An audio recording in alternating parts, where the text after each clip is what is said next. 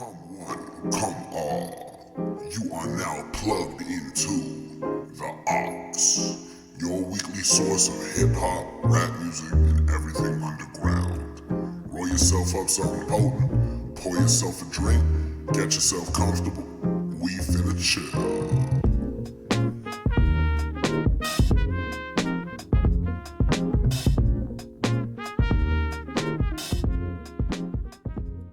Hello, everybody, and welcome to a very special episode of the TheAuxPodcast. As always, it's your boy Steelo, aka OG Homunculus, aka Cash Money Cobain, out here in the cut. We chillin', and I am joined by none other than SNOTNOZE SALEEM. We're here. We out here. How you doing today, my G? Yo, I'm all right. Thanks for having me. Yes, sir. Yes, sir. Pleasure is all mine. Pleasure is all mine. I have been really looking forward to this conversation. I'm not gonna lie. We're having this pretty much right off the back of, I would say, about a month of your album, A River Dies of Thirst, coming out, which has been literally nonstop in rotation since it's come out for me. So this is gonna be a very cathartic conversation, I find. Yeah. Cool. So let's get right into it, my G. As per tradition of the Aux, I like asking, what have you been listening to recently? What's been in the headphones? I've been listening to the new Hester album a lot. Mm-hmm. Female Wheezy. So fucking good. Yeah, I love that album. So fucking good. I think there's Yeah, a lot he's of great. shit coming out within this lane of, I hate the term experimental, but I feel that's kind of the catch-all. There's a lot of shit coming out in this lane of experimental hip-hop right now that is like just fucking phenomenal. And yeah, Female Wheezy is like, oh, it's crazy. It's so good. That shit, Yeah, I love it. the Could Never Take Over. That song, whenever it comes on, I need to run it like 10 times at least, because it's just, next level, dude. Next fucking level. Yeah, I love that one. Oh, that's a great album. He killed it. I love that album. Same ways for me, man. Like, I've had that in rotation steady. That new Millennium that just came out is fucking nuts. The new Chef that just came out, like, I was gonna say both of those two. yeah. I know you, like, I seen your tweet about the Chef album too. Like, that shit is woo. Yeah, it's really good.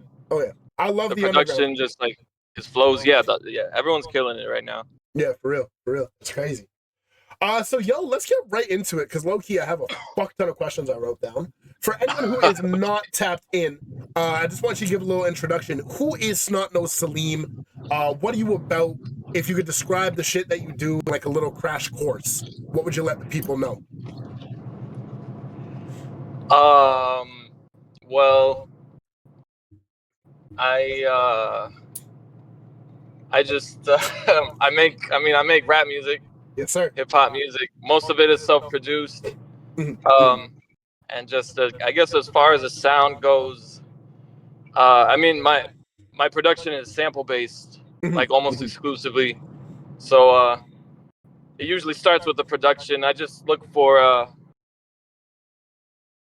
I really like punk music, and then I just try to go from there. Try to find weird stuff, and just try to flip it. So I like taking stuff that you wouldn't even really like, it's not supposed to work, and then I'll try to make it work somehow. I think that's a perfect way to describe it, because there's a lot of beats on this thing that have no business going as hard as they do, you know? Like, oh my god, I was listening to Kilroy Was Here quite a bit, the cut with Clerge on it. Shout out Clerge as well. Yeah. That shit shouldn't fucking knock as hard as it is. It's fucking wild. It's just like a little fucking bass and some drums, and then like a little fucking, I don't even know how to describe it, but it is fucking crazy. And the soundscapes that you make are just like fucking unbelievable, man. So yeah, I absolutely can see the trying to make shit that shouldn't work, and you do it quite well, to say the fucking least. Appreciate that. Most definitely. Then I try to match that ethos with the lyrics. So like, 100%. sometimes I'll say stuff, and it's just like, why would you say that? Like, it's kind of absurd. Oh yeah, I think it was in the listening party that we did in the Rap Music Plug podcast Discord. Shout out Rohan, shout out Trey as well. After the album's like first run through, the only thing I could ask you, I was like, what is wrong with you? Like, why would you say that? And like, I mean that in the best way possible, of course, but it's just mind-bending shit, man. Like, yeah, absolutely. And like, it's so cool hearing, like, we'll get into the album obviously later, but like hearing as like chaotic and crazy as some of the sounds are, and then you have cuts that like bring it right the fuck down to a more like chill level. It's crazy. It's crazy what you do, man. Yeah. Thanks. Most definitely, bro. So we are recording this about, I want to say, like just about a month after the drop of the album. My fault. River Does It Thirst. There we go. Have it pulled up. After this month of it being out, how are you feeling about the drop? How are you feeling about the reception that you heard? Is it a relief that's out? What's your general headspace right now? Yeah, it's a relief. It felt like I lifted something off of me. I just feel good. I'm glad it's out. Yeah. Yeah, 100%, man. 100%. Because correct me if I'm wrong, you've been working on this thing for like damn near fucking 4 years, right? Not intentionally. Because I'm always making beats, so I just have a lot of beats, and then after I dropped 2 EPs in 2023, and then after that I was like, okay, I'll focus on like a big album. I wanted to make something that's just long, a lot of songs, just like kind of. Are those? Sorry to interrupt. Are those EPs on Bandcamp? Yeah. Say what? Are those EPs on Bandcamp by chance? Yeah, everything's on Bandcamp. It's all so far it's through this local label called Illuminated Paths. Yeah. Because I heard just check that. Live from Tokyo. I believe that's what it's called. Yeah, that shit was crazy. I haven't heard the one before that or after, I guess. Oh shit, I'm gonna have to go back and do my homework. Damn, right on. Yeah, they're all. If you check the album on Bandcamp, like below it, there's a bunch of links to other stuff. Dope. Okay, sick. Yeah, I gotta do my homework, man, because like this and Live from Tokyo, for that matter, are like fucking insane, dude. So yeah. Thank you. Yeah. But yeah, I'd imagine this is a relief to get out because like this shit is fucking bananas. Like lyrically, production wise, everything, and like the fact that it's been in the works for like as long as it is, intentionally or not, I would imagine that is like a good feeling to finally have, a full cohesive body of work out. Yeah. I'd say it's my first like album. Yeah. Shit, that makes it feels good. How long have you been making music for?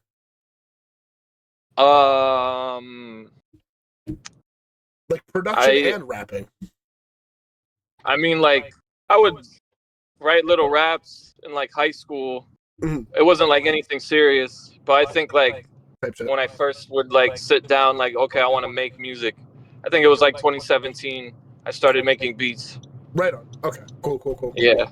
Because I'm not gonna lie, a lot of these cats telling me they're doing this shit for like 1 year or 2 years, and I'm like, that's insane.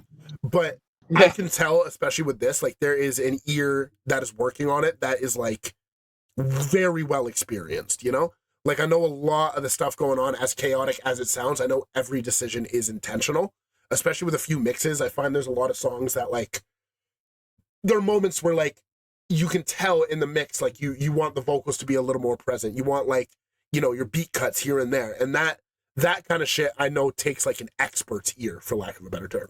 So yeah, right on. Yeah, I mixed the whole thing. Yeah, it's all very intentional. I'm glad that comes through. Yeah, thank you. 100%. Because like you produced the whole thing as well, right? Dude, this album I did literally everything other than like record the feature verses. That's really it. Like that shit is crazy, man.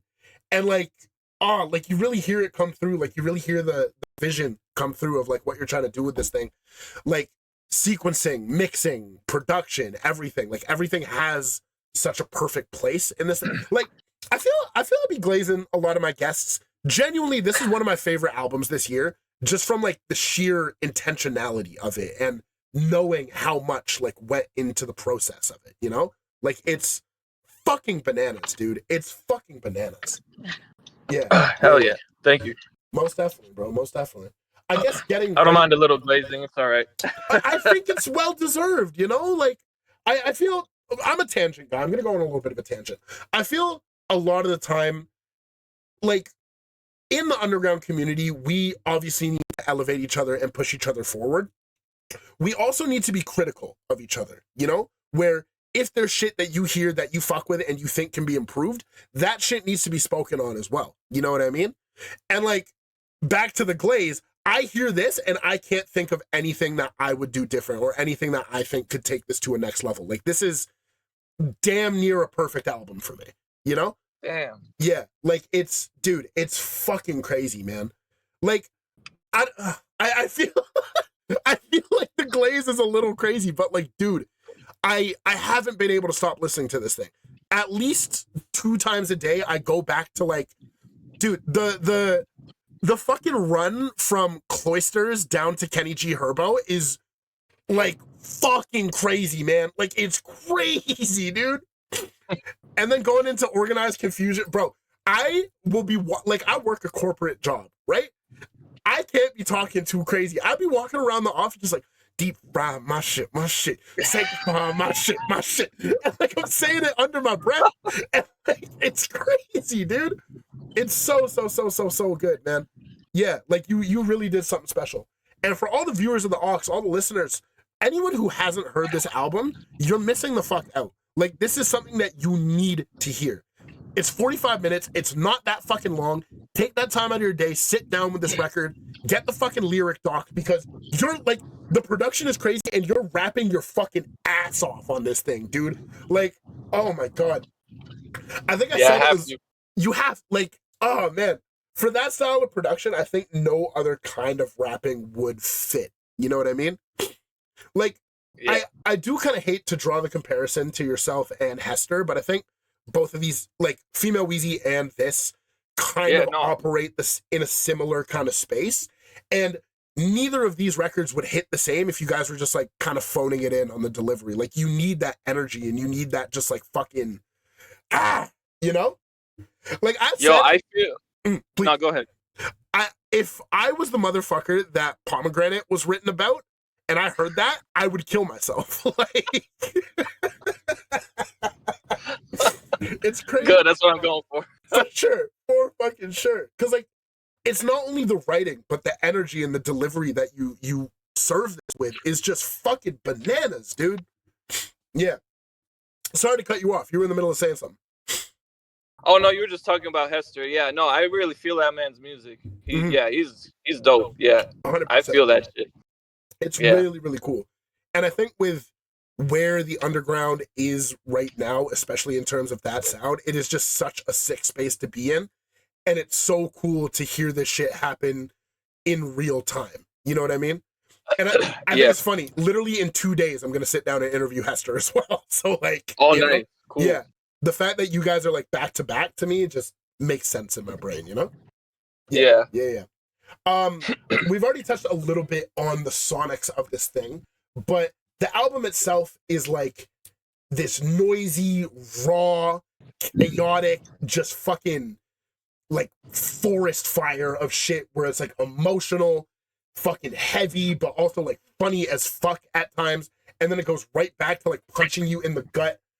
I want to know, like, in terms of the process, what was the main kind of headspace you were in / what the main goal with this thing was? I know that's a pretty broad question, but you know what I mean? Yeah. I'm sorry, what was the first part of the question? Like, what was the main, like, headspace that you were in? Yeah, okay. And, no, every song, it was recorded very kind of sporadically because like I said, I have a lot of beats and I wanted to make something long and I wanted it to be very eclectic. So like I wanted every song to kind of sound different. So I would choose like different sounding beats, but they still kind of sound like I made them. I guess that's what they would have similarities. Because all things considered, there is a very, like, easy to follow sonic through line throughout the whole thing. Like, opening it with Mumbo Jumbo into Compost Heap, into Hasbra, then Boute's Void, I don't know how you pronounce it. But, like, all of those still sound like they're in the same space sonically. So like even though all these beats were made over like an expansive period of time, you still have that like snotty kind of touch to it where you can tell like, oh, this is all within the same kind of world that you're operating in, right? Yeah. Mm-hmm. Mm-hmm. Yeah. So like headspaces when I'm writing, it just depends on the beat, really. Mm-hmm. Yeah, just yeah. If it's a crazy beat, I'll go crazy. If it's more subdued, like that song "Nodding Off" with Monzi, Mm-hmm. then Mm-hmm. it'll be more subdued. Yeah. Yeah, a lot more chill. Like I Yeah. really like it because you have such a balance of like that high energy chaotic shit.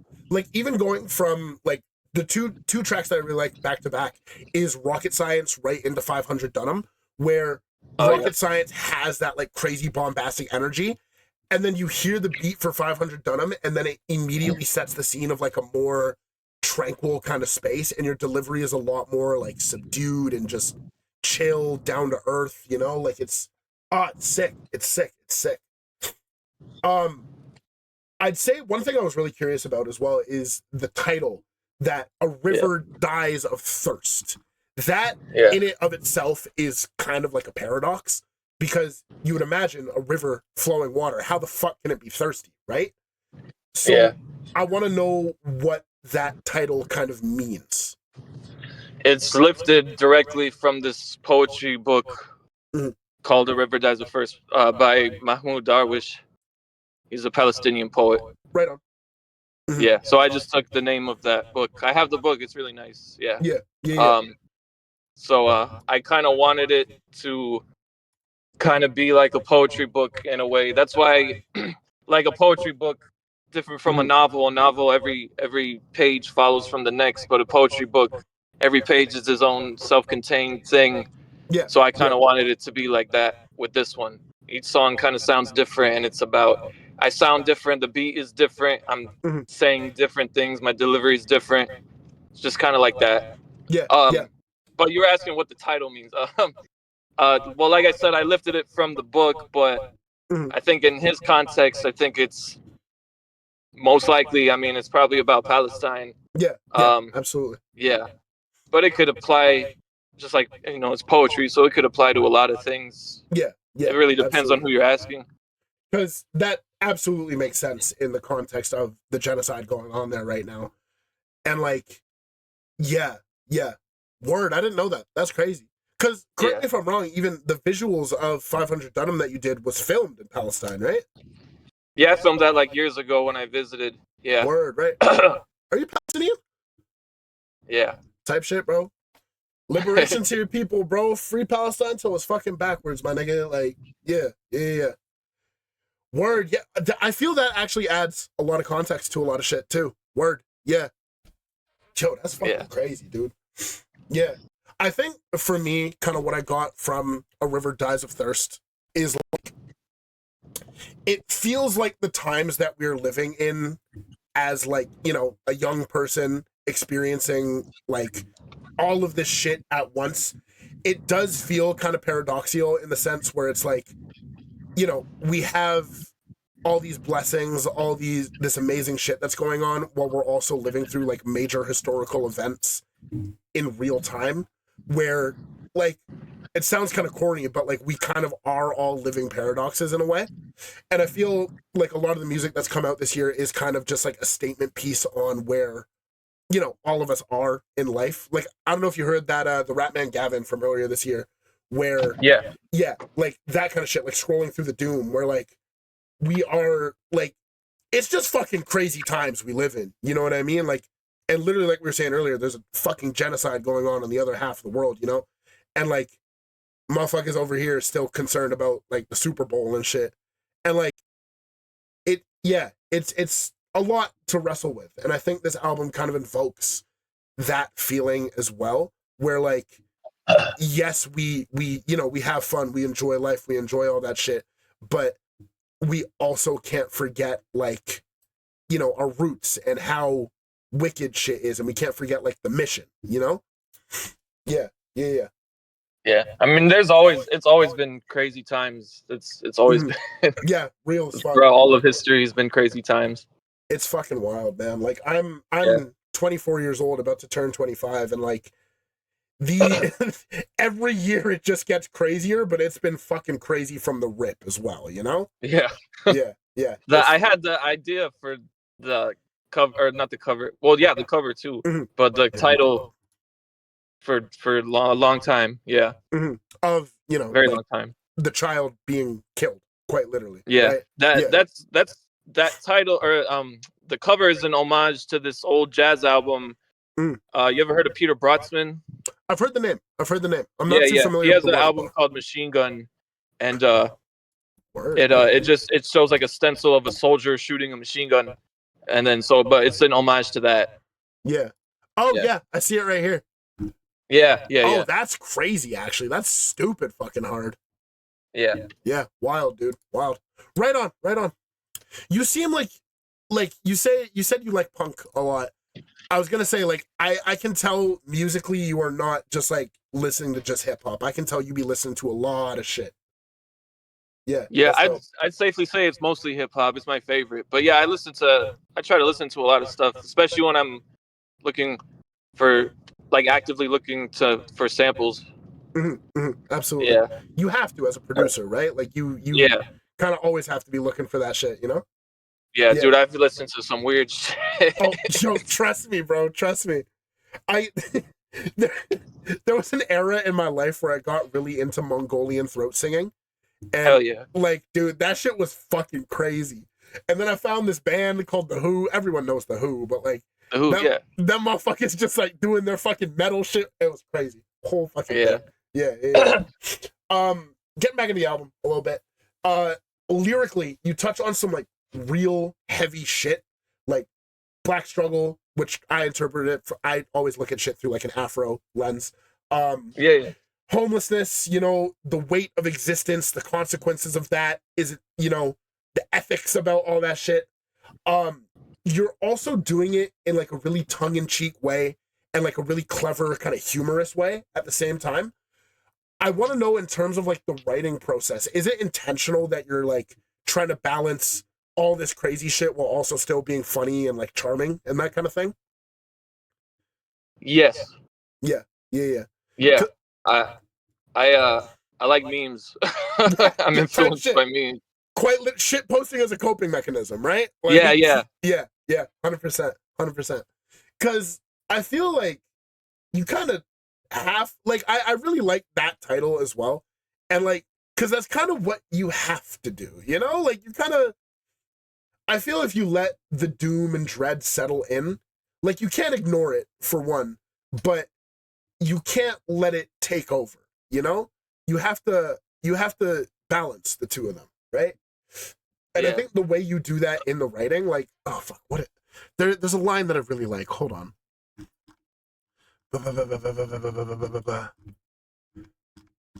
I can't scroll through the whole lyric document, but there's a lot of moments on it where I'm like, that was the funniest shit I've ever heard. And then like right before it is like the most gut-wrenching shit I've ever heard as well, And like, it's such a crazy fucking balance to go in between that, Would you say there was any, like, obviously the album is very personal. Is there any experiences that you can, like, one, that you're comfortable sharing, and two, that you can distinctly say inspired, like, a song or a bar or, like, a moment, something like that? Bit of a broad question, I know, but, like... Yeah, that's, well, most lines are just the feeling I felt, or like something maybe someone told me, or something I saw online that I thought was like interesting or funny, or like sad or whatever. Just like on Overpass, I have a line. I say she wore nothing but black for the rest of her life. That's something my mom told me, like back home. Like there's like a kind of an older tradition. If a woman becomes a widow, she has to wear, if she goes out in public, she would have to wear black. Word. Yeah, and that like kind of stuck with me. I don't know. I like that's a stark image to me. It is morbid in a way as well, right? Yeah, Yeah. And like when she said that, it kind of made me sad. I mean, obviously it says she's a widow, but it's just like, Mhm. man, she just has to wear black forever now. I don't know. She's forced into that. Yeah. She can't express herself. She's almost defined by the death in her life and defined by the negativity in a way. Yeah. Yeah. That's fucking... I feel like every culture is kind of, it has some shit like that. Oh, yeah, 100%. 100%. Yeah. Like, I'm Dominican, and the amount of, like, fuckery that goes into how women are treated in there, especially when it comes to shit like that. Like, it's kind of taboo for a woman to remarry after her husband dies. And a lot of situations, the wife is a lot younger than the husband, so it's like, yeah, it's like a whole fucking thing. Yeah, absolutely. That I remember the line that stuck out with me. It said, what is it? It's like body no better than a halfway house. Oh, that's also Overpass. Yeah. But Overpass is a crazy fucking song, man. It's so crazy. Body more like a halfway house than a temple. Yes. Yeah, that's the one. Yeah. That's the one. That's just a flip on when people say your body's a temple. I just kind of flipped it to be depressing. yeah, absolutely. Yeah. Absolutely. And like, it's crazy because like super fucking depressing in terms of that song. But then you go into a song like fucking, I feel like you're having the time of your life on Hootie Hoo, low key. You know what I mean? Like, that one, I'm just rhyming on that. It's just styling on a crazy beat on that one. That's the thing too, man. Your fucking rhyme schemes and the way the verses are structured. What the fuck did you say on that shit? Amputation, no anesthesia, SAR bomba on Rhodesia. My nigga, what? Like, it's crazy. And like, that's only 2 lines out of a scheme that you keep going for almost the entire fucking verse. Like, it's bananas, dude. It's bananas. Yeah. Thank you. Absolutely. Yeah, I think I said this in the listening party. Mm-hmm. Maybe you remember, but like I guess when they say experimental music, experimental hip hop music, especially, I feel like for a lot of the times the production kind of takes the main, the main spotlight, and then like the rhymes kind of take a little backseat. But I didn't want to be like that. Like, I wanted, because like I look up to Doom and stuff. I would study like Doom and shit. So I want to rhyme like that. Yeah, absolutely. I feel any rapper, like you have to, you know, like, and like, don't get it twisted. I love me some good like production focused shit, some good ambient shit, some good whatever. Yeah, nothing wrong with that. Yeah. But like, what the fuck does Vince Staples say on that one Earl Sweatshirt song? It's like, I need the raps, my nigga. Like, give me like 16, give me bars, bro. Like, you know? And like, genuinely, it's some of the craziest fucking rapping that I hear. Because obviously I know the recording process is different, but it sounds like you're just like fucking rapid fire, taking no breath, just like fucking pop, pop, pop, pop, pop, pop. Like, it's nuts, man. It's nuts. This episode is just the SNOTNOZE SALEEM Glaze Fest, I think. Yeah. Yeah, like, it's crazy, man. Your pen is just like fucking unbelievable. Cause like, there's a lot of shit where, like, on first listen, there's a couple things I'm like, what the fuck are you talking about? Where I feel there's like a lot of shit that's just like kind of like just saying it for the sake of saying it. Like, I think on Hasbara, you say some shit like, what? Let me pull up the lyrics. It's articulate Ottoman Empire attire Richard Pryor. This the nuttiest shit you've heard by a lofty country mile. And I'm like, what are you talking about? But then like you listen to it a little bit more and you're like, this actually is the nuttiest shit I've heard in a country mile. So like, you know? That song, that's what I was going for that song. It's supposed to be just confusing, disorienting. Yeah. And you hit that vibe perfectly. And like, knowing that it's intentionally confusing in a way where you literally say in the song, like, this is meant to like fuck with you, like you've never heard some shit like this before. It kind of clicked for me where I was like, oh, he's just stunting these rhymes. Like, this shit doesn't, like, it's absurdity in the most chaotic but controlled way imaginable. You know, like the whole thing. It's just fucking absurd. It's crazy. It's crazy, dude. Yeah. Yeah. Yeah.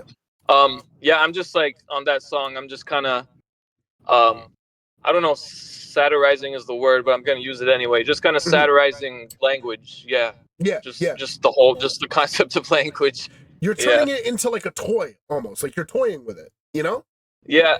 That Hasbara. I don't know if that's how you pronounce it. Do you know what that is? No, Hasbara. no idea. I feel like I've heard it in passing, but no clue. It's like the state of Israel. That's kind of what they call their propaganda. It's Hasbara. Oh fuck. So yeah. So it's like shit. yeah. So it's kind of meant to be confusing because, you know, I mean, Yeah. that's kind of what propaganda is. It is It's just absolutely. kind of, yeah. It's meant to put a veil over your eyes. That just added so much context to that song. Yeah, it's deep. It goes deep. It's a deep album. Oh my fucking god, dude. Oh, that's crazy. Okay, I have to ask, and like we can cut. Who is Pomegranate about? Who made you that mad? Oh, they know who they are. Don't worry about it. They know who they are. Cool. Okay, sick. Yeah. Cool. Oh, that's too funny. That's too fucking funny. Yeah. Oh man, and like, oh fuck, it's crazy. It's so crazy, man. Like genuinely, if anyone listening to this, I don't know why you'd be listening to this if you hadn't heard the album, but like, listen to the fucking album, man. It is bananas, dude. It's bananas. Yeah. Oh my god, man. I guess. Yeah, Pomegranate is also, because the beat is really pretty. It's like I think it's a harp, right? It sounds like a harp, or something like that. So then I just thought it'd be funny if I take this pretty beat and I'm just mad as shit on top of it. I'm just mad out of my mind. I thought it'd be funny. Fucking good, man.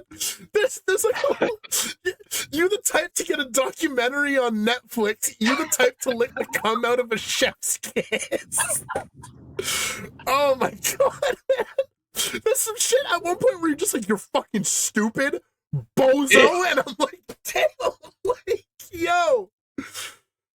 You the type to listen to Radiohead and think, damn, this is good music. You're a loser. That shit sucks. I never liked Radiohead.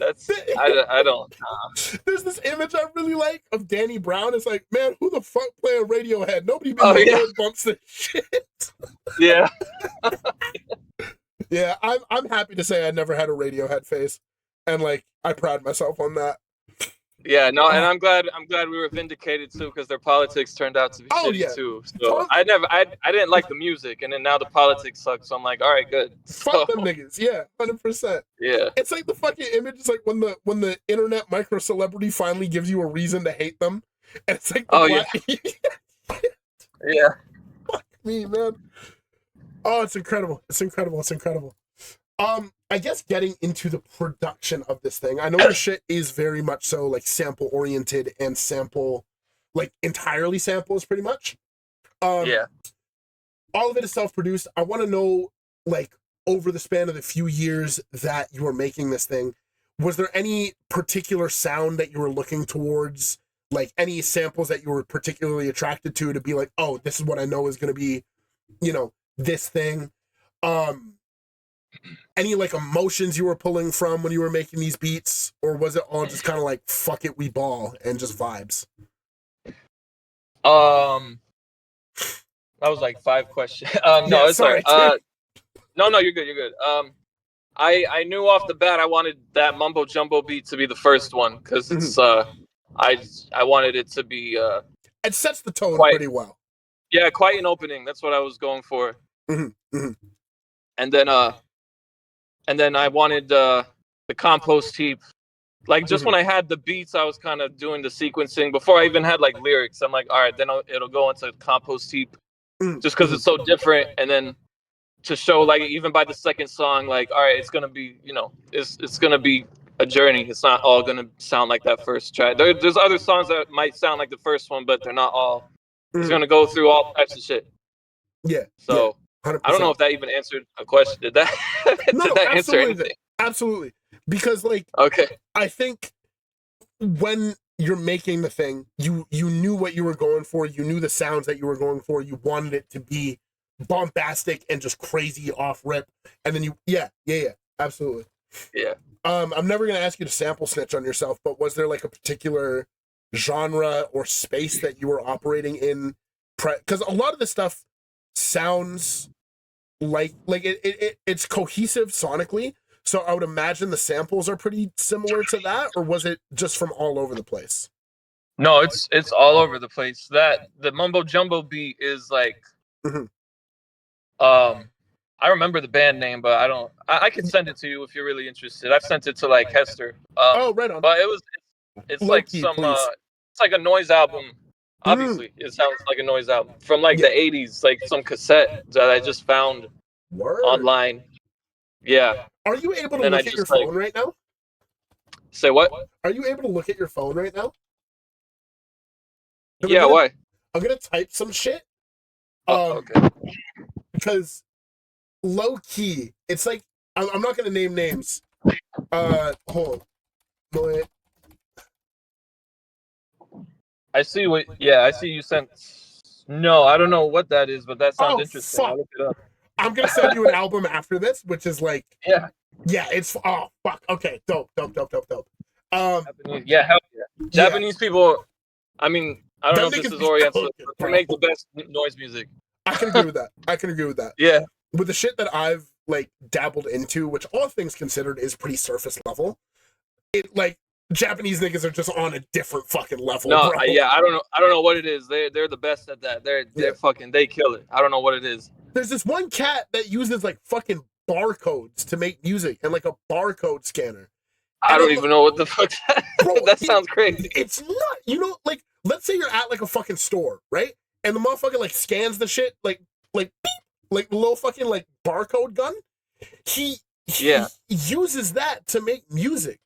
And like his live set, he just has like a fucking like a sheet of paper with barcodes on it and a fucking barcode gun attached to like an amplifier, and he's just going fucking bananas on.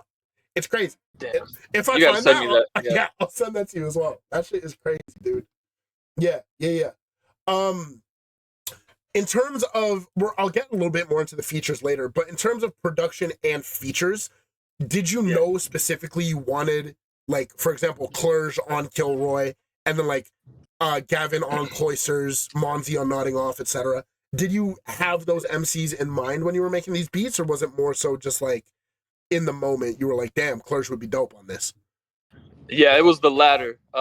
Like Cloisters was the first song made for the album. Okay, right on. Like early 2023. Damn. Yeah. I was listening to a lot of Sketch 185, and I think you can hear that influence in my verse. Yes. Yeah. Hopefully. Okay. Yeah. And then I was just like, oh, this, Gavin goes crazy. He can flow his ass off. So I figured, like, let me get him on this. Yeah. Yeah. And so that's for that one. Fucking bodied that shit too, bro. Yeah. Like, oh my god. No, Gavin's one of the best. He's great. Agreed fully. That dude is like everything I've heard from him is fucking crazy. I'm a big Clerge enjoyer as well. I've been on record saying many times that I love rappers who sound like an evil fucking wizard. And like Clerge fits that like fucking perfectly for me.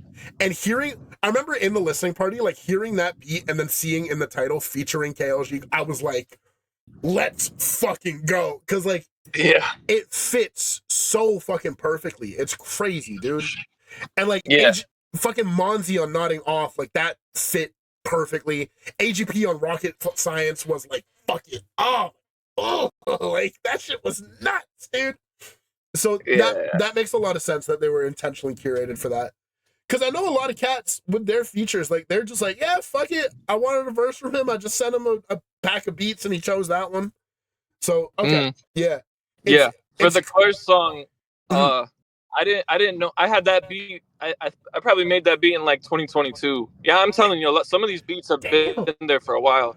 That's crazy. And I always knew I liked it and I wanted to use it for something. But like when I was like starting to intentionally make this album, I had that beat, really wanted to use it, but I didn't know how to approach it. Yeah. So I was just like, let me see. I can hear kind of Clerge on this. Let me see if he can come up with something. So I sent it to him. he sent his verse back like an hour later, and then like, I'm not even exaggerating. Like yeah. 1 hour later, and then I knew what to do after that. So that helped. He helped a lot on that one. For sure. Because he has the first verse and you kind of jump right off it in like obviously a different delivery or two different MCs, but like same kind of vibe, same kind of space. Like you're on your evil wizard shit on that beat too. And like, yeah. Oh fuck. People need to give Clarish more flowers. That motherfucker is crazy, dude. Yeah, he's great. Yeah. It's fucking wild because like that dude speaks like 6 languages and his pen is crazy in all of them. Like, I've heard this motherfucker rap in French, and I'm like, okay, like, fuck yeah. Yeah, crazy. Yeah, and his writing style is just, I've never like, heard that type of writing, but just his wordplay, like, his sentences, I'm like, how did you do that? I never heard that before. It's fucking wild, man. It is wild. I don't talk about, like, I do talk about it a lot. I be rapping and I produce as well. And I find whenever I'm making shit, it's kind of hard to separate, like, rapper brain from producer brain. You know what I mean? Like, it's kind of weird, but I can't make a beat and write at the same time. And you're telling me you're doing both of these simultaneously? What do you mean, like producing and rapping? Yeah, like producing and writing. Or were those processes? That's fucking bananas, dude. Yeah, I think I know my how do I say this? Like, I know my style. Like when I hear my beats, I know usually what I'm trying to do. Does that make sense? Yeah, absolutely. So it helps with the writing. I don't know if that makes sense, but yeah. You're building the beat and you know what you want the song to sound like. So you know what you're going to talk about. You know how you're going to rap on it while you're in the middle of making it, right? Even if I don't, I'm just like, if I make the beat, I know like, all right, this is a good beat. Like I have it now, and I know it'll come back to me later, and I'll know what to do with it. Yeah. And I mean, considering it took like a few years to get this whole thing together, that makes a lot of sense. And I would imagine there's a few moments where like you have a beat from fucking 3 years ago, and then you come back to it with a new mind, and you're like, all right, bet. Let me just fucking pen the craziest shit you've heard in the country mile to this. Yeah. Right on. Yeah, that Hasbro beat, that one was actually pretty quick, but like other ones like 500 Dunham, that instrumental kind of just sat on my computer for years, and then one day I was like, oh, I know what to do with it now. Yeah. That might be my favorite off the album. 500 Dunham is so fucking crazy, dude. Like, I feel especially like, there's a lot of more like low key kind of cuts, but that track I feel kind of acts as like kind of a pause, not only like not sonically, but like it's like going out for a cigarette in the middle of a party. You know what I mean? We're like, oh shit, that's a good way to put it. Yeah, where like you take a step, you're breathing, you're kind of contemplating all your, and bro, the fucking line, crazy to think that this was some shit I didn't think I could live with it. Well, I forget the exact delivery. Crazy to think this was some shit I couldn't live without, or at least I thought it was. That line, bro, has been in my fucking brain rent-free since I've heard it, man. Cause like, oh my god. Oh, dude, you're crazy, man. You're fucking crazy, dude. Yeah. Yeah, that one I went like deep with that one. Yeah. It was a trip. Yeah. Absolutely. Writing that. Absolutely. I can imagine, dude, because like you're touching on some crazy shit that like we don't even gotta get into that. Because like, bro, like I don't want to spoil too much about this album for the heads. Like I'm looking directly in the fucking camera right now. Y'all motherfuckers need to go and listen. Y'all need to go and listen to this fucking album, bro. Like it's shit. It's crazy. In terms of like the writing process, is all of this pre-written, or were there some instances of you just getting in the booth and just being like, fuck it, we ball? Yeah, it was both. It's like a lot of it, I'd say most of it was just like you just go through your day and then you like have a thought, you write it down like in your phone or whatever. But then other ones was more on the spot. Like Rocket Science, I wrote that very quickly. And then like Overpass was written slowly, like over not even I wasn't even writing it most of the time. I just had thoughts and then I kind of put them together. Does that make sense? Yeah, absolutely. Where you have like even the same way with my shit, like there are verses that I have that took me like 30 fucking seconds pretty much, where I'm making them on the fly in the booth. And then there's other shit that like took me like a few days, or even like I have a few cuts that have taken me like a month to write, all things considered. So like 100%. Overpass, some of those lines are like from years ago. Like it's just random lines. Not random, but you know what I mean. Yeah. You try to put them together, make a whole. Yeah. And it's crazy because I think that is like one of the best written songs on here, which is crazy because all of them are written fucking brilliantly. But like, you know what I mean? Yeah.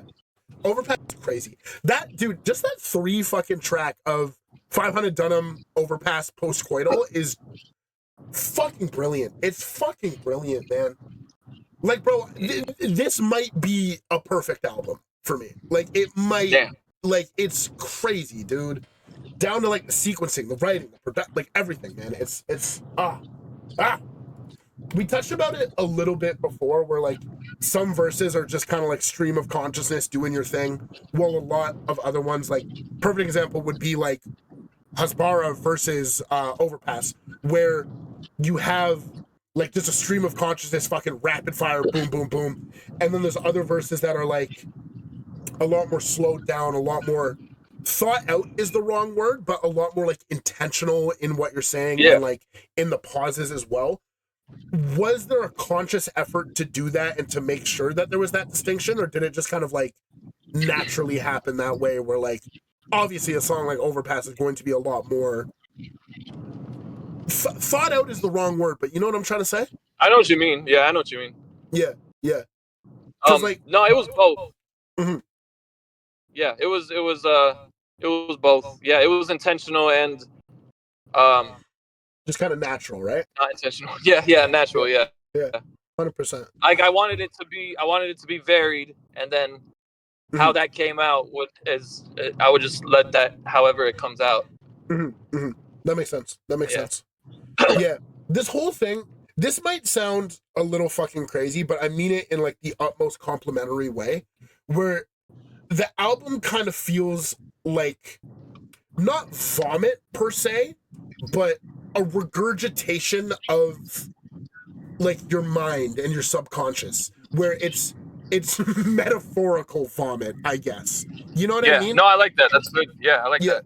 Where a lot of it just feel like obviously chaotic and all over the place, but like you can really see in certain moments and in certain songs, like this is this idea that you're really trying to flesh out and explore. This is this sound, all in like this massive canvas, where it's like, if you throw up, it's like, damn, there's lunch from earlier. You know what I mean? Like, it's a gross ass comparison, but like, no, I like it. Yeah. It's, oh my God, dude, it's crazy. In terms of like, this is kind of also a broad question that I kind of lumped into the production and the writing. In terms of like experimental, do you think the accessibility of your music is something that you're concerned with? Or are you like, is it just kind of like fucking whatever? You're going to make what you want to make. Cats get it or they don't kind of thing.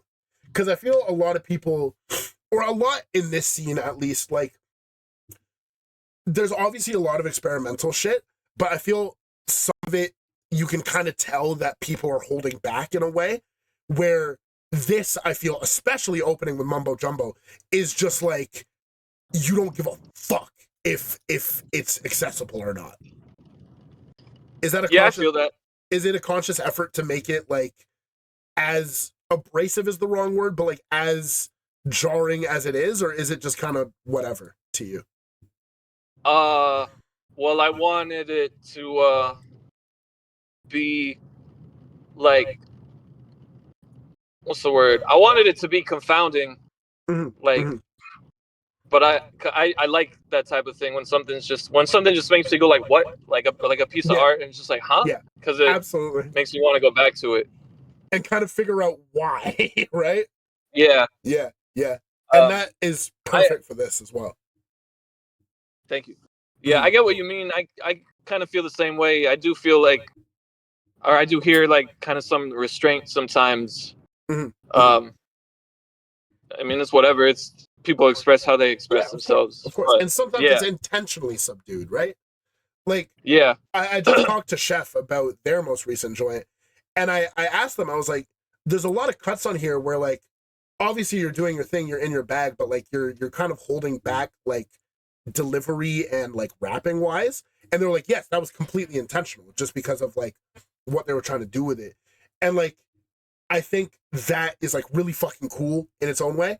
And like on the other end of the spectrum, you have this where it feels like there is no punches being pulled. There's nothing that you're holding back. It is about as raw as it gets on this. And like, you're extremely. I wanted to. No, go ahead. You're extremely vulnerable on this thing, but also like kind of presenting, braggadocio is the wrong word, but you're presenting like yourself in such a raw way where you're simultaneously like, I am like, you know what I mean? I know what you mean. Yeah. I was gonna say I wanted to also do justice to the type of music that I sample. So it's not restrained music most of the time. So I just wanted to do that. And then like the way when I mix, I like to mix most of the time in a way where I sound like I'm a part of the original sample, if that makes sense. Like I'm a part of I was like I'm in that old cassette tape. I'm a part of it. Absolutely. Yeah. Where you're not just rapping over top of it, you are like immersing yourself within that sound. I'm actually like I was there when that dude made that song. Like yeah. Because honest to God, like with a few exceptions, you could tell me that this is all completely original production, and I would believe you. Like you fit in these spaces. So like 500 Dunham is the perfect example. Like you could have told me that you just cooked that shit completely, just like off VSTs and plugins, and I'd be like, yeah, okay, right on, makes sense. Yeah, it's nuts. Yeah, I'd have to be like a maestro to make all that off the top. But I would say you are, in a sense, because the way that you're flipping these and the way that you're turning them into your own thing, like I guarantee if I went sample by sample for each beat, I would be like, what is wrong? Like, how did you do it? Like, what, you know? Like, yeah. No, you just listen to weird, and I mean like weird, like really weird. Like I feel like my definition of weird might be different from some people. Like I mean like some fucking strange ass shit, and you got to listen to the whole thing because there might be that one 3-second clip, like 17 minutes in, that if you just loop it, it sounds crazy. Yeah. Oh my God. Yeah. Oh, like I'm not gonna sample stitch on myself, but that band that I mentioned to you, there was a cut that I did in college with a homie of mine where we turned one little shit from that whole album and turned it into like this fucking. So yeah, 100%. Yeah. I think we have pretty similar definitions of weird, all things considered, because like I've mentioned him a lot on the show, but my older brother, right? That motherfucker listens to almost exclusively Larry June and Money Man when he's listening to hip hop. And like, yeah, obviously, like, yeah, we fuck with it. I was playing this album, like your album, on just like the speaker when I was chilling, doing my thing. And he was so taken aback from like what it sounded like. I think it was Hootie Hoo actually that I was listening to, and I was like really vibing with it. And he was like, dude, what the fuck are you listening to? Like, that just sounds like noise. And like, to me, this, like, yes, this album is experimental, it's noisy. It's not that out of my ordinary, though. You know what I mean?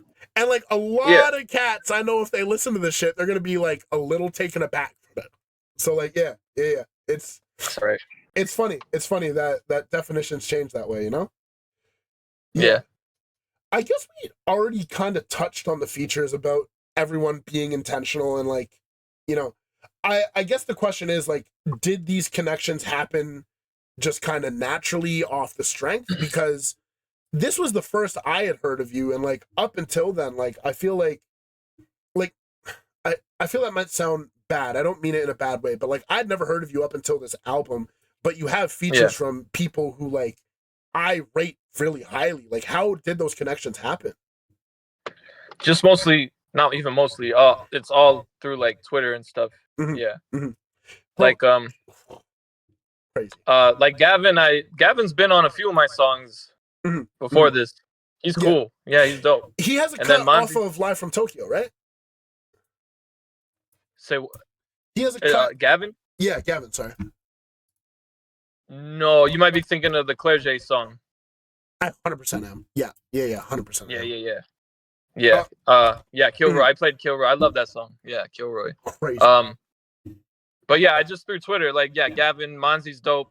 Mm-hmm. Yeah, Claire J. I'd say the person that is newest to me would be AGP, but he's dope too. So yeah, they're all cool. Fucking insane, man. AGP is so fucking crazy. Oh yeah, shit. He's great. Fucking Kill My Landlord was on Illuminated Paths as well. I didn't even realize. And fuck Generations. Damn. Is it Claire J as well? Have I been pronouncing his name wrong this entire time? Yeah, no, I think we were saying it wrong at first. Yeah, it's Claire J because it has the little line the above accent. the E. Yo, my fault, Claire J. Yeah. My fault. Yeah. Word. Yeah. Okay. Yeah. Oh, yo, that's crazy. And it is fucking wild that this underground community is like built primarily on Twitter. Cause like, I'm gonna keep it a stack. I would have no fucking idea about 90% of the shit that I'm on if not through Twitter, you know? Yeah. And like, if I'm being real, like the Aux as a concept wouldn't exist if not through Twitter, you know? Yeah, because Claire J lives in Cameroon. Like Gavin's from South Africa. How the fuck would I hear these dudes if not for Twitter, you know? Yeah. Like, yeah, seriously. Yeah. It's nuts. But that's what's so cool about it as well. We're like, it's global, you know? Like I know this is gonna come out after the release, but Claire J and Manu Travao, Brazil and Cameroon dropping an underground hip hop tape that me from Toronto is listening to. I'm on that album too.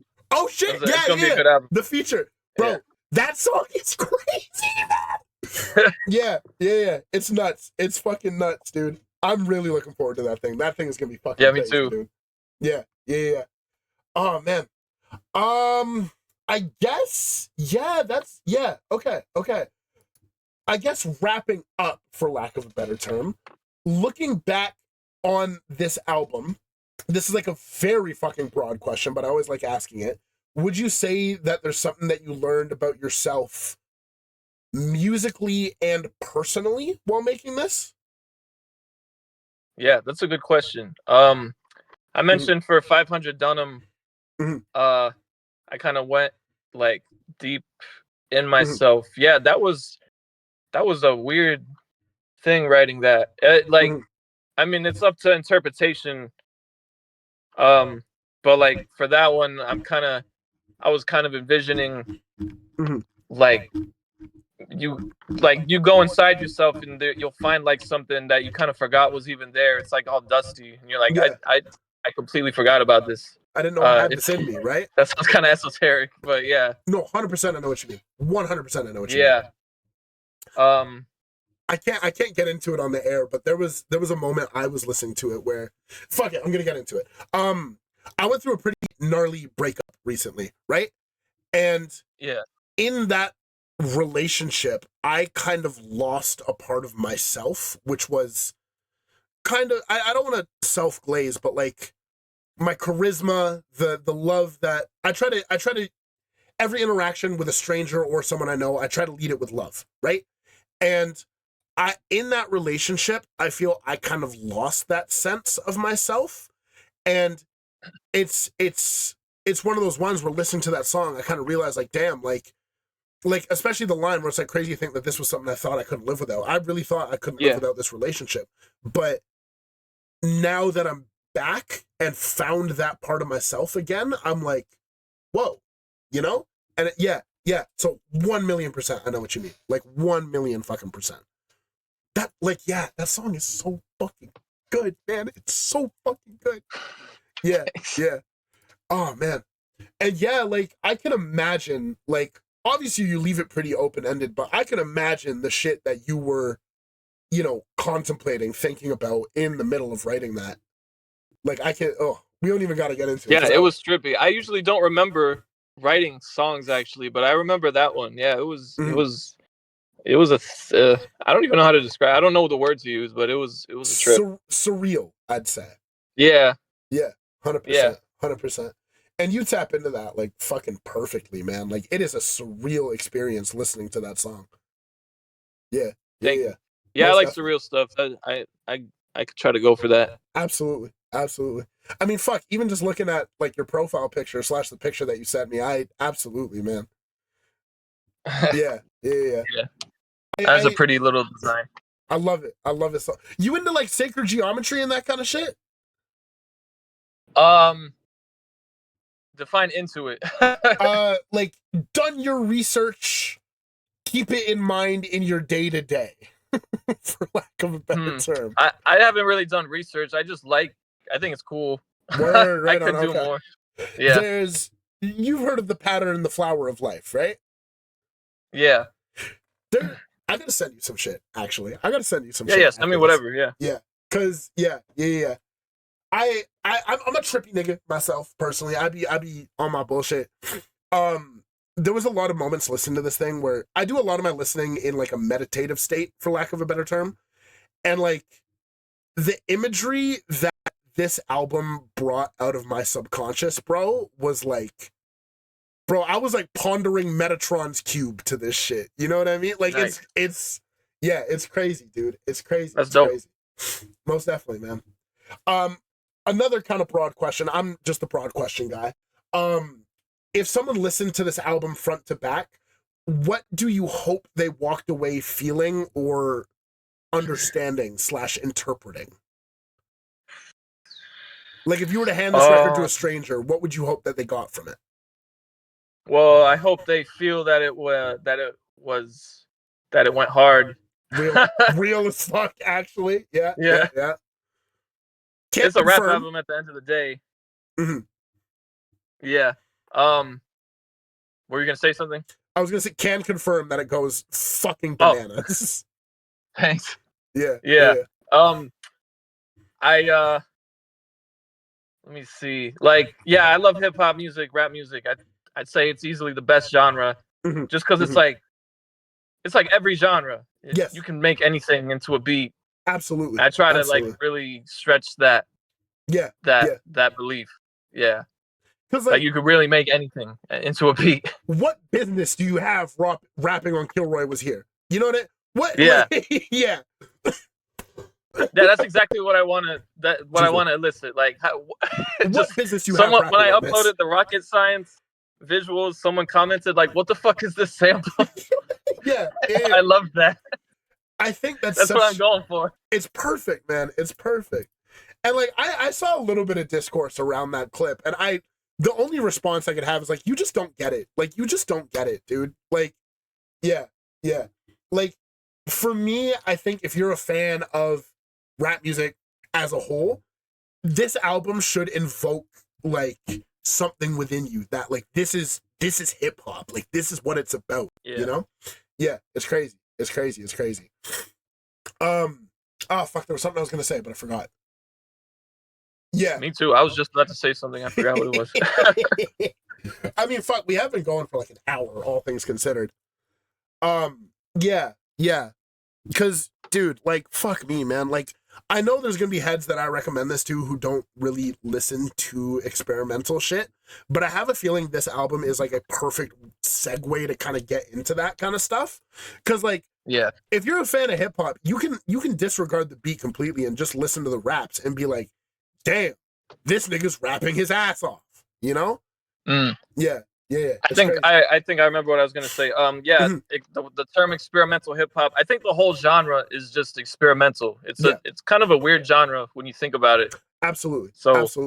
Because it started from like taking other music and making it into a new, like, that's an experiment to do that. Like to take a record and scratch a record. You're not supposed to do that, but they did it anyway. Hip hop by nature is experimental, right? Yeah. And the thing that I love, I remember what I was going to say as well. The thing I love about hip hop is like, it's a spectrum in the sense that you can get like Billy Woods and you can also get Saw Baby, and they're both hip hop. And I love both those artists like a lot. You know what I mean? It's crazy. It's crazy. And yeah, like I feel projects like this are a love letter to the genre and a love letter to what makes hip hop, you know? Yeah, definitely. Yeah. Yeah. I'm glad that gets through. Yeah. Yeah. 100%. You really understood the album. Yeah. Thank you. Man, thank you. Shit. Yeah, right on.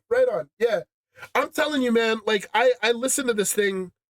Let's find out, shall we? While I type away my little bullshit, let me ask one thing as well. You set, like, in my eyes, a crazy fucking bar where if this is like your standard of work, where do you go from here? Are you working on new music right now? Are you just chilling? Or like, where are you going from here? You know what I mean? Yeah, I'm working on stuff. This one, I definitely wanted it to be just like big. Yeah. But that, like, I'm working on another thing that'll be, I guess, small, just smaller in the sense it won't be as many songs. And then I'm working on I'm working on stuff. Yeah. Dope. Fuck yeah. Makes me happy. Makes me smile. Right on. So I just looked up my last FM in terms of artist tracks for SNOTNOZE SALEEM. I've listened to 500 Dunham on the Moon 68 times. Oh my God. I've listened to Postcoital 62. I've listened to Overpass 59. And then just all the other tracks of the album are in like the 40s, 30s. Like, bro, like this is in my album of the year conversation for me. Like, easily in the top 10. Damn near top 3, if not like the one. Like, it's nuts, dude. It's nuts. That's what's up. Yeah. I like asking this question to every single guest. Any dream collaborators that you have, whether that be like producers, rappers, or even visual artists that you want to tap in and work with? Let me think. I need to hear you on Millennium Production.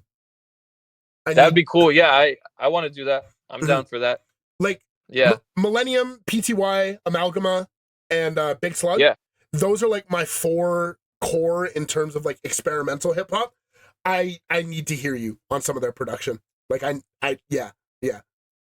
No, I want to hear that too. I know y'all motherfuckers listen to the show. Let's make this happen. Yeah. I want to work with Hester. Yes. Which may or may not. That's all I'll say. But Yep. Allegedly. Yeah, allegedly. I got another collab. I got a collab album. I don't know when it's coming out, but it'll come someday with a producer. I think you mentioned that vaguely in the yeah. Oh yeah, Trey played some shit from it. Yeah. Okay, so you've already heard Yeah, we don't even gotta get into that. That shit needs to come out, bro. Like, no, it needs to. Yeah, I don't know what's taking so long. Hopefully soon. That's it. Yeah. By the grace of God, bro. By the grace of God. Yeah. Yeah. Fuck, man. That shit would be crazy, dude. This motherfucker Trey, like, I was talking with a friend of mine, No God, the other day, where Trey, he drops music on occasion. He's like the craziest feature artist ever. I need to hear both on a track as well, I think, because that would be fucking bananas. You will. Yeah. Let's fucking go. I think I already have, haven't I? Wait, what? I think I already have.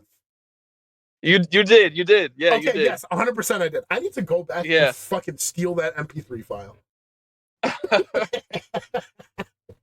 Sick. Okay, I guess like real wrap up now. Anything you want to say to the people who've been tapping in? Anyone you want to say to the people who listen to this podcast? Anyone who's listened to the album? Anything like that? Just, just thank you if you listened to it. If you did like it, I'm glad. If you didn't, I'm glad. It's all good. I like that. Yeah. Just the fact that they listen off the strength. Right on. I will have all of your links, the Bandcamp, Spotify, Apple Music, etc. I'll have everything in the description of this video. So everyone watching, please tap in with SNOTNOZE. You can find all of their shit right below here. Tap the fuck in. Listen to this album if you haven't. If you're listening to this interview and you haven't listened to that album, thank you. That's kind of weird of you, but like, I appreciate that shit. Listen to this fucking album. I don't say this lightly. It's a masterpiece, in my opinion. It is a masterpiece. Like, everything about this just ticks every single box that I love about hip hop, I love about rap music, I love about production, and like it is fucking crazy. It's on Bandcamp, it's on Spotify, it's on Apple Music. You have no excuse not to listen to this thing. And yeah, like we already touched about it. We have more music on the way. Anything you just want to leave the listeners with, I guess? I already asked you that, didn't I? I already asked you that. Yeah, cool. Yeah, cool, that's cool. already done. Yeah. Sick. So, yo, Snotty, thank you for coming on the show, bro. I appreciate you. I'm very excited to hear everything that you have in the future. I'm going to be going back to the EP that I missed. I'm still going to be sitting with this album like a fuck ton. Yeah. I like closing out my episode with a song from the album. So if you had to pick one to play as like I do my little closing visuals, which song would you pick? Play Organized Confusion. I was hoping that you said that, actually. Yeah. Sick. Yeah, play that one. Dope. Okay. Thank you guys for listening to the Aux. Appreciate y'all. Like, comment, subscribe, all that bullshit. Fucking tap in with the Twitter. Follow Snotty. Tap in with my nigga Snotty, man. Yeah. Give me like 30 seconds as I do this shit. I will be like right back. All right. My shit. Deep fry my shit.